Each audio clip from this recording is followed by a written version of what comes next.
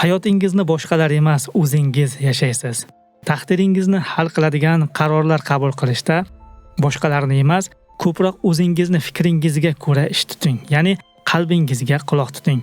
Chunki birovlarning gapi asosida ish tutib, ertaga biror sinovga duch kelsangiz yoki hayotning zarbalariga uchrasangiz, ana o'sha birovlar kelib sizning o'rningizga yashab bermaydi. Ular hayotning og'riqlarini sizning o'rningizga tatib bermaydi.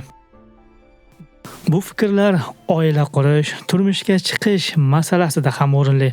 Sababi siz oila qurganingizda aka-ukalaringiz, opalaringiz, amma xolalaringiz emas, o'sha tanlagan turmush o'rtog'ingiz yaxshimi, yomonmi sizga suyanchiq bo'ladi, sizni tinglaydi, sizni qo'rg'oningiz bo'ladi.